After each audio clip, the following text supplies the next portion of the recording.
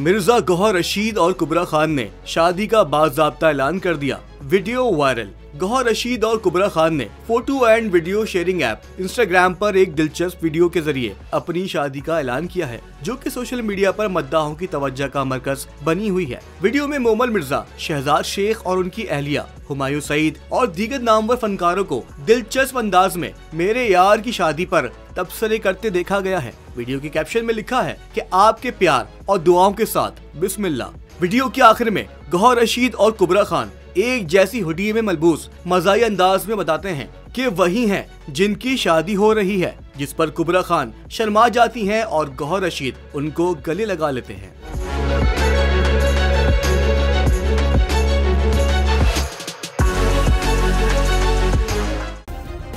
Subscribe करें और bell दबाएं ताकि कोई खबर रह न जाए।